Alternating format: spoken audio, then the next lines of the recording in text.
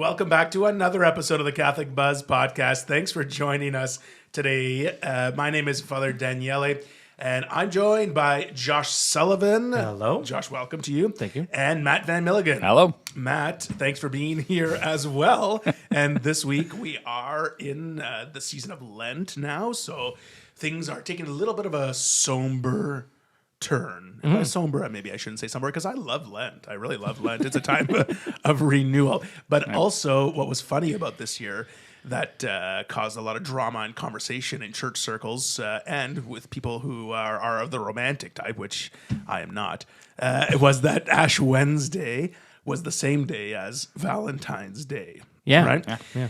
So Valentine's Day comes and goes. Of course, it's a day of fasting and abstaining from meat. So for those of people with dinner plans, that was... It's a real cheap Valentine. That's what I'm going to say right there. We're going to sit there and we're going to have bread. It's an odd juxtaposition. But you know what? People to complain about it or to mention it, of course, is normal, I guess. But fasting means that you can have one meal or two smaller meals, right? So you could go out for your Valentine's Day dinner and just avoid meat. Yeah. Have like Go to Red Lobster. yeah, exactly. A fish dinner, a vegan meal. Yeah. That doesn't sound appetizing, but No. but it doesn't make it impossible, right? And it was interesting because the question was posed to the USCCB, the United States Conference of Catholic Bishops, can Valentine's Day be celebrated on Ash Wednesday? And their response was that Ash Wednesday takes precedence over, like the day of fasting and abstinence takes precedence over the celebrations of Valentine's Day. And, some might say, well, no kidding. Yeah. Right? But people asked the question and they clarified, right? So hopefully people celebrated their Valentine's Day in some sort of way that honored the beginning of Lent. It is funny because you at the beginning you said there's a bit of more of a kind of a somber attitude. It's like, but there's again kind of a weird juxtaposition. It's like people in the Eastern or Byzantine tradition, they don't call feasts solemnities. And they think that solemnity is actually kind of an odd name for a feast because solemn, your normal association is that you're more somber, you're more reflective, you're kind of calmer. But like a feast is a celebration. So for something like when you're talking about kind of when a feast aligns with a Sunday or another day in the liturgical calendar, usually the feast takes precedence. Normally, you would say that the celebration is kind of prior to any other celebration, but because it's Ash Wednesday, because it is that significant of a day in our church calendar, that's the precedent. So on one level, you can't really blame them for asking. Sure. But again, really understanding the gravity and the significance of Ash Wednesday, again, it seems obvious to us that should take precedence. I would say, too, St. Valentine is not probably one of the most prominent saints. I think it was made commercialized, became a thing, but it wasn't necessarily the saint that, he's not in the book of saints when they say, name the saints that you look up to or that you aspire to be or that you... I know who he is because there's a day named after him in the calendar, not because of the saint that he was. Not saying that he's a bad saint. I'm just saying, he's probably not one of the more important saints that the church would be like, we have to celebrate St. Valentine's in the church, Well, before the changes of the liturgical reform at Vatican II, February 14th was the feast day of St. Valentine. But when the calendar was changed and some saints were kind of moved around, St. Valentine was kind of dropped from February 14th, even though the secular world kept him on that day. And on February 14th, the church actually celebrates, if it's not Ash Wednesday, Saints Cyril and Methodius, which is not romantic at all. Right? No. But that's where it came from. And, this is a topic for a whole other episode, but I think it's very normal now that religious feast days have been hijacked by secular sort of movements, right? Valentine's Day, Easter, Christmas, all those different things. St. Patrick's Day. Even All Hallows Eve. Halloween. The list keeps going on. Like these things have their root in Christianity. But that's not what we're here to talk about because we're here to actually talk about on the theme of Valentine's Day that may have been overshadowed by Ash Wednesday is the whole topic of dating. Dating today. And my apologies up right from the get-go if I'm going to seem like a bit of a curmudgeon today because dating, I think today has been a little bit skewed. Like in some ways, dating is has taken a wrong turn. I think in my books, and people at home listening might say, "Well, what the heck does he have to say? He's a priest. He's not dating anyone." And I welcome your comments, but just like anyone else, I can weigh in on the issue too, and see. Look at the facts of what's happening today in the dating world. And I think just like any priest or even religious sister and stuff, you had a life before you chose your vocation. Right. And so that like there are times where you could look like, before I was married, I dated, like those types of things. And so the same kind of thing where like that area of the world is not cut off only to very specific people. But I think that when we talked about Valentine's Day and specifically one of the reasons we're talking about dating is because when you look back at it, I think you're going to see most couples go, oh, well, like Ash Wednesday, Valentine's Day, most married couples, I'm going to say, are going to be like, yeah, okay, well, we'll celebrate at a different time, I guess. You know what I mean? Like we'll do it on a Tuesday or on a Monday or something. Yeah. Not a big deal. But Valentine's Day is the day for those people that are in the dating realm. You know what I mean? Those are the times where it's a big deal. It's a big, thing. So if you're a boyfriend or girlfriend, you don't celebrate Valentine's Day. It can sometimes seem like are they trying to break up with me? It's like are a they snub? Yeah, it's a snub almost and stuff. So it's a good time to talk about dating. And also I appreciate the fact that even though Valentine's Day is one day of the year where we're focused on romance, people in a relationship, especially like you said, married couples, it would be nice if people showed romance to each other all year long and appreciation and not just on one day. But I want to look at the dating sort of culture, right? Because I'll start. If you think of like our age group, our grandparents or something like that, and you ask them how they met, or you ask seniors how they met. Usually they'll say something along the lines of like they met at a dance or someone introduced them or whatever. They were out, doing something social and they met. And many of them would say that they didn't really date that long before they got married, right? Yeah. And then you sort of fast forward to today where, and I know lots has happened in that big chunk of time that I've just fast forwarded, but today dating is very prevalent. And the way people are dating is much different, I think, than let's say a century ago, right? Yep. And people are dating for longer before getting married, right? Yeah. And you can even add to that for many, or even kind of just like in terms of like popularity or just kind of numbers, that dating, like a major shift that's happened is like dating has become an end in itself and not a means to an end, to the end of the proper end of marriage. Yeah. Agreed. And this is sort of my problem with dating today because the church always looks at dating as a place where a man and a woman are coming to grow in friendship with one another. Yeah. And sort of are discerning marriage. Like, what's the next step here? Yeah. So if dating is an end in itself, then that's not right. Right. And I think today our whole mentality has switched. Like people are dating for marriage. People are dating, and people might disagree with me. I think more so today, people are uncomfortable being by themselves. Okay. And people are uncomfortable without being attached to someone. There's also a social status. I'm talking like teenagers, young adults, things like this. There's also a social sort of status of being together with someone, right? And so that more so we are attached to the idea of dating. Okay. When we are dating, then I think the focus is in the wrong spot, right?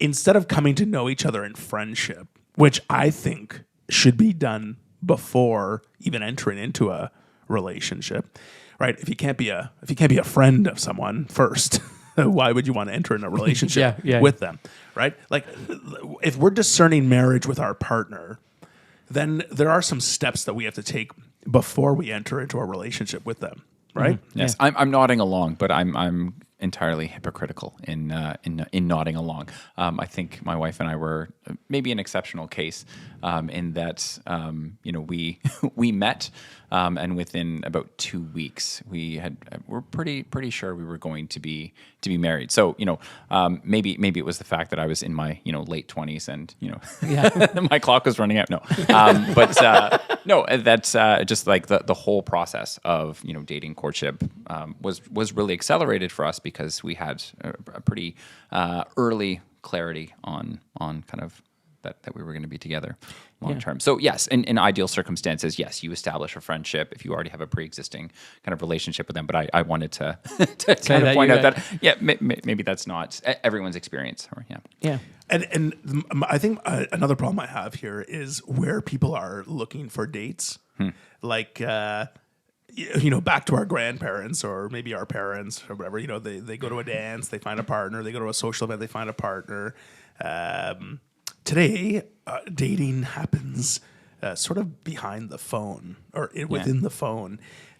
It's happening through social media, whether it's Snapchat or different things like that, and then dating apps. Now, I know there are people who have had success with dating apps, but I would argue that for the most part, these dating apps today aren't like as innocent as they seem to be.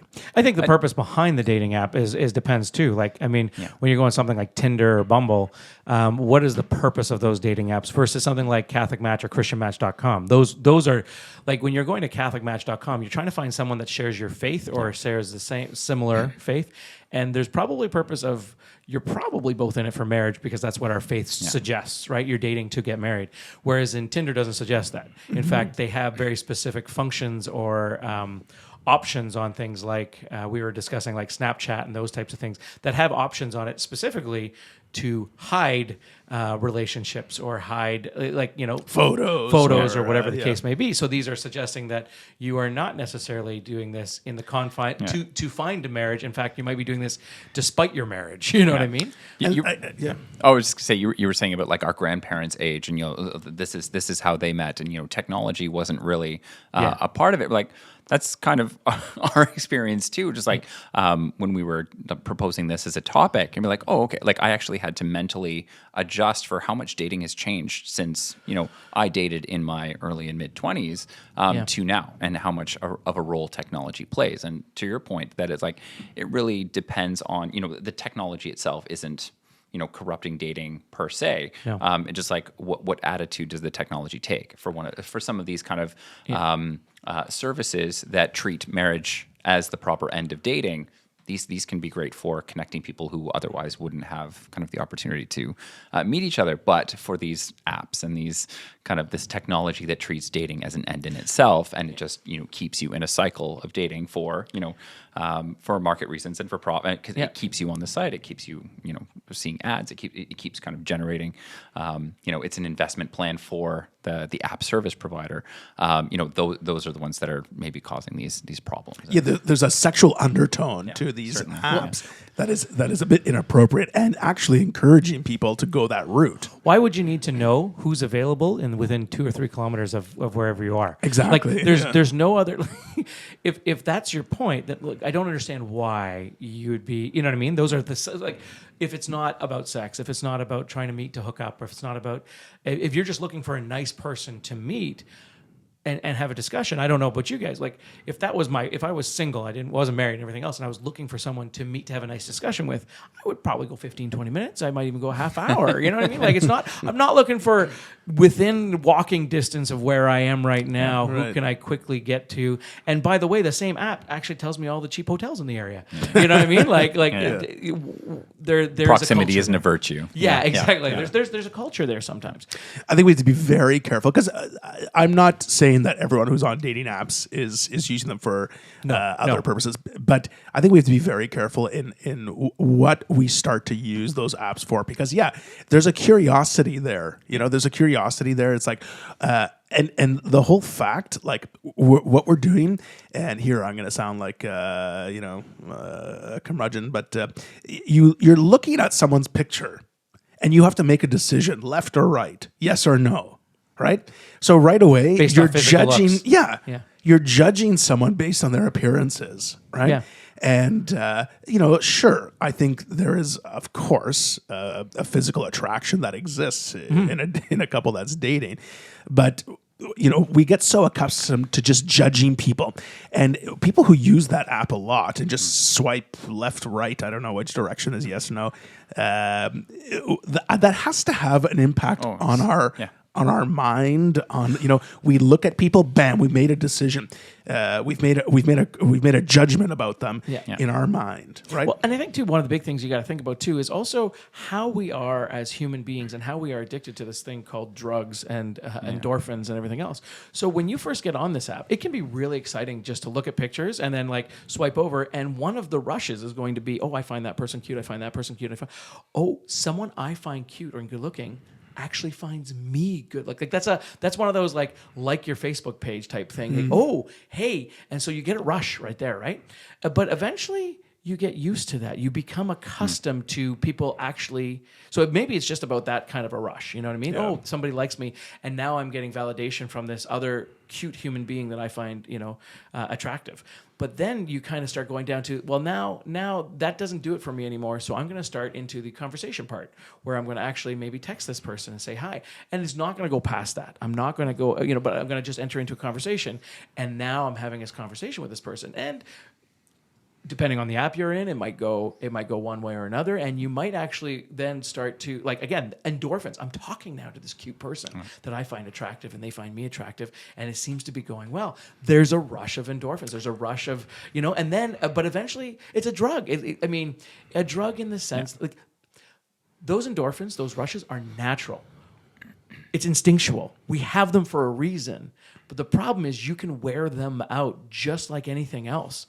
And so when you're on this app and you're doing this and then eventually it wears out, what's going to be the next step? What's going to be the next step after that? What's going to be the next step after that? And I think that's kind of like overall dating, not just on social medias or social apps, but on all parts of dating is watching. If you don't have an ends to a mean, there is an end. And there, like, that end is very clear because it's in our instinctual habitual nature. It's ingrained in us, and which is to produce and have kids potentially, and maybe not have kids, but to produce. And they're like, you know what I mean. And so we will eventually get to that point.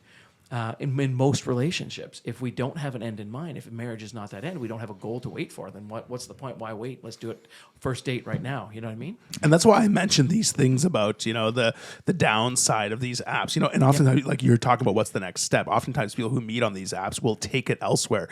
They'll take it to Instagram or they'll take it to Snapchat where they can chat for free or they can now share photos with each other, right? But that's why I mentioned these things as being sort of on the perverse level because the end game, like you're saying, is like when we're dating, we have to have respect for the person we're dating. Yeah. We can't be judging them for certain physical attributes. Yeah. We can't be treating them like a sexual object, right? And these apps, like, they kind of direct the mind. They kind of direct even the heart, really, to a sexual experience, right? Yeah. And obviously, what the church teaches is that sex outside of marriage is an abuse of our sexual power that we have, right? And these apps sort of push you to that thought, like push you to live contrary, to date contrarily to what the teachings of the church are. My advice, I would say, I know it's difficult in some areas to find a date, right? And the proper use of some of these apps might lead to a partner, which I know I've married couples who have met on those apps, right? And I'm not saying that everyone's perfect, no one falls into sin. I'm not even saying like, our grandparents or, that generation never fell into sexual sin in their dating. That's not what I'm saying. I'm just saying we've created a space online that sort of encourages us to date that way, if that makes sense. And in many respects can set people up to fail. So you have the range of technologies. One of them, like, yes, you have a profile picture, but you establish a detailed profile about your interests, and the goal is to establish common ground. Again, on the other end, you have these swipe left, right kind of things, that it's again conditions you psychologically to commodify the dating process. You know, you're and again we we talk about and teach about kind of the technology that underpins this. That it's like, if you have the same level of selection, the same level of control over, picking a prospective, partner that you do, shopping on Amazon or whatever. Like you get that kind of dopamine hit. Again, it's not common interest. It's not all these other aspects of the person. The technology effectively depersonalizes the other. So again, it becomes a commodity. I like this one, but do they come in blonde? Like it's not not conducive for again the full range of what we want to say. The proper end of romantic relationship entails. And stepping aside from some of these apps for a second, I like dating, let's say, being with teenagers a lot and young adults and things like that. Dating itself, I'm not convinced that it's the best practice, right? And I want people to understand. I know on one hand, young people feel a sense of loneliness when they don't date, and maybe a sense of stress when they are looking for a date and they're on the prowl or whatever it is. But I think it's really, really, really important before someone starts to date or see or court or whatever the term you want to use, someone else, that they're at a maturity level that they already have formed within themselves some sort of maturity, some sort of confidence in who they are, confidence in the decisions they make, confidence in how they think or whatever. I think that's really important, because what I see a lot today is teenagers dating for the sake of dating. And they will, throw everything away for the other person, and they call it romantic. Yeah. And they kind of like become like each other, or there's no sense of my own individual self in a relationship anymore. And I think that until we're comfortable with who we are, until we're at a confident place in our own life of who we are and what we stand for, and then it's not a good idea to date. Yeah, it's really funny. That's kind of reminds me, and also I'll share some a little personal. But when I first dated my wife, so we dated for 5 years. So we're one of those long time. We dated for a while, and then we finally got married. But one of the things she shared with me right off the bat, and I remember we were sitting on a bus. We were going to a youth conference, okay, and we ended up holding hands in the dark. I know. And eventually, because she's this kind of person, she grabbed my hand and she threw it at me, and she's like, "What the hell is this?" Because we hadn't talked about the dating or anything else. And I was like, "Christy, will you go with me?" And very nervous, very shy and everything else. Like I was just enjoying the hand holding. "Will you go with me?" And she's like, "Okay, before we date, I need to show you this." And I remember because she had her pillow on her lap, and she she drew a triangle. And I'm sure people might have heard this before, but she drew the triangle, and she goes, "Okay, the top of the triangle, that's God." She said, "I'm on this end of the triangle, you're on this end of the triangle. And the way that we grow closer on this triangle is that we got to get closer to God. And so as we grow in a relationship, that should be pulling us towards God. And so if you look at that triangle, and as you go towards God, look at that, the two ends of the triangle start to meet up. So eventually there." And so she said, like, that's how I want this relationship to work. And I was the cool part was that was how I was raised. That was the thing that I knew. And so our relationship always focused on, I should be bringing this prospective wife, I should say, closer to God at all times, and not through my own ignorance, but like through, I should be doing everything I can to uphold this individual and bring them closer to God. And in return, she's doing the same to me. And there are times where you're experiencing things together. You have your first kiss, and you're like, and those are times that are like, are we bringing each other closer to God? Are we starting to falter here? Are we whatever else? But if that is your goal and that's your mentality, but I think today a lot of times it's not about bringing each other closer to God. It's about me, me, me, me, me. Look, I have a boyfriend. Look how hot he is. I have a girlfriend. Look how good looking she is. Look at these Tinder pictures she sent me. You know what I mean? Like it's about bragging about what I have versus about who this individual is and upholding their dignity or whatever the case may be. And so not in all relationships. It's a very hard. I think the world promotes this dating culture, and they do because it's a multi-million-dollar business. When you're dating, you're paying to go out, you're paying to go to movies, you're paying to go to restaurants. When you're married, you don't do any of that. You don't do any of that anymore. Like you're saving up for a house. You're saving up, you know what I mean? So this dating culture and the way that guys and girls are trying to win affection of each other is, oh, I bought you a gift. I bought you, you know what I mean? Like, and again, people that are married are going to know, well, eventually that kind of fades away. I mean, that's when Valentine's Day comes around and they're like, oh, I should probably buy my wife something. I haven't done it in a year. I got to buy her flowers or something to say it. Show her that I appreciate her. And for guys, it can be a reminder. But I mean, but in the dating, like it's every day, every time you see them, you're trying to win over their affection and stuff. And so it's exciting. It's a thing.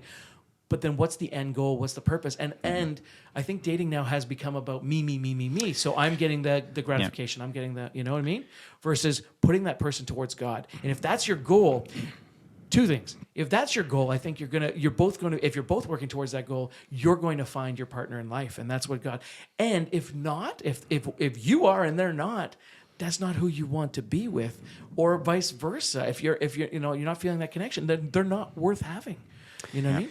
And I especially caution parents today when their children, as young teenagers, start dating. We're living in a different world than you grew up in as parents. Because remember, the stats show that already by grade 4 or 5, kids have been exposed to pornography and find every sort of way to watch it, right? And that makes a difference in your mind too. And so sex or sexual activity or sexual experimenting is becoming part of the dating process. And like what you were just saying there about me, me, me, me, it's like, well, what can you do for me? What can I do for you? Sort of thing. Yeah. And this becomes part of the social culture too. It's like, well, I have a boyfriend. We did this. You know, I work in high school. Like, I'm telling you, it's a bragging culture. It's there. You know, and so I think parents have to be very cautious because I know lots of parents who, through their conversation, encourage their kids to date. Oh, do you like that girl? Oh, is that your girlfriend? Why don't you bring her over? Why don't you do this? And it's like, you know, this encouragement of dating when someone's not ready for it, when someone's not even, you know, maybe doesn't have the proper formation of sexual education or sexual formation or, you know, like I think we're setting our kids up to fail. Yeah. And then it's the same parents who cry foul when their son or daughter disappears from the family because they're always with their girlfriend, or the girl gets pregnant, or whatever it is. It's like, oh my gosh, what have they done? What have they done now? It's like, well, this behavior is almost encouraged at home. Okay, so Well, I know I was going to say that it's like because it's interesting that you said like that, you know, you have family involvement, and you're just like this can be an issue, especially when the parents, you know, take for granted or actually don't understand that, you know, if they were you know, kids in the 70s or earlier, it was like if the family's involved, bring over whoever, you know, we'll have them to dinner, like the family's involved, let's get to know them.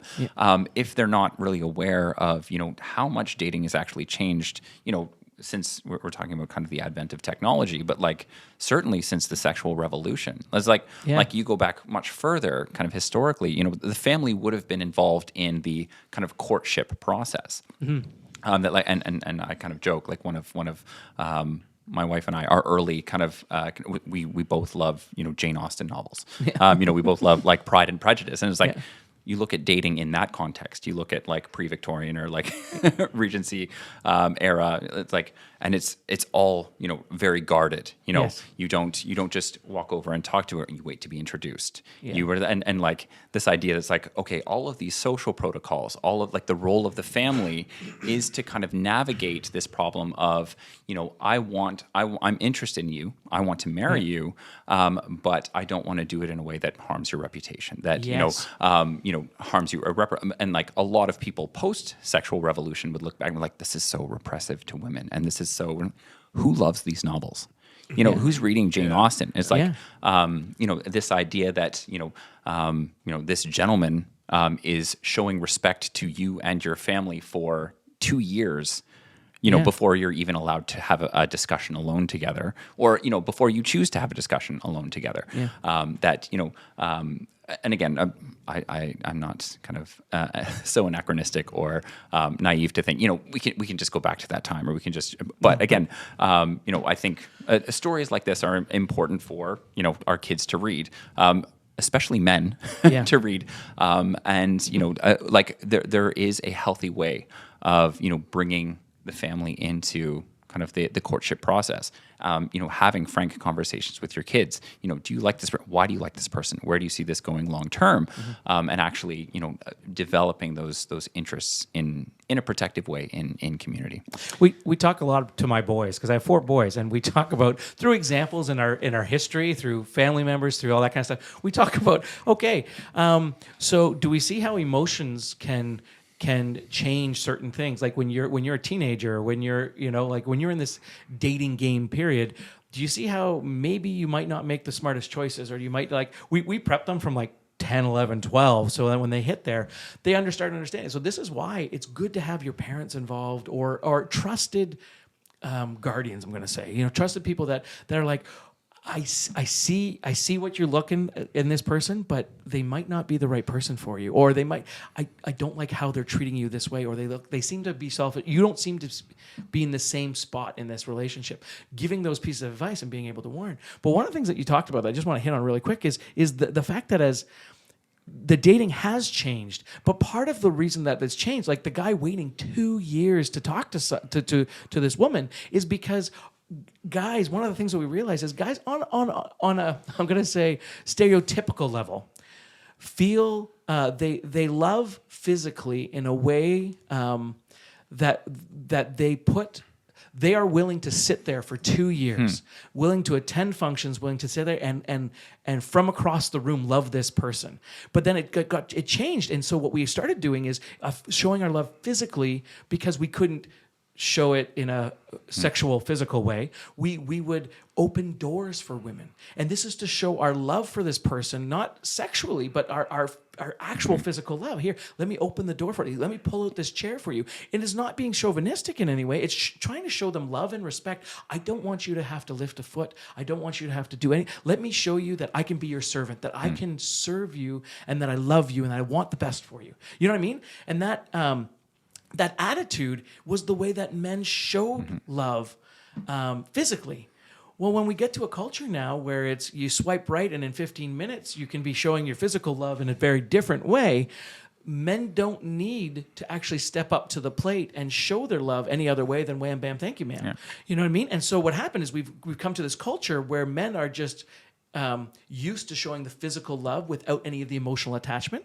And so, and then women aren't getting the emotional attachment, and they feel like this is the only way that they can experience love is through the same physical love. And not that women don't feel it through the physical love, but you're separating the whole idea of give and take relationship of like for myself and my wife, I know that's, for me, when I come in, I'm tired. I want to go to bed. I want to turn on the TV. But I know that my wife has been home all day cooking for my kids, or maybe she was at work and she got home and she took care of the kids. And I know that one of the things that I can do best for my wife is to sit down across the living room with her and have a discussion with her. Even if I'm tired, even if I just want to turn on the TV and just like blank out.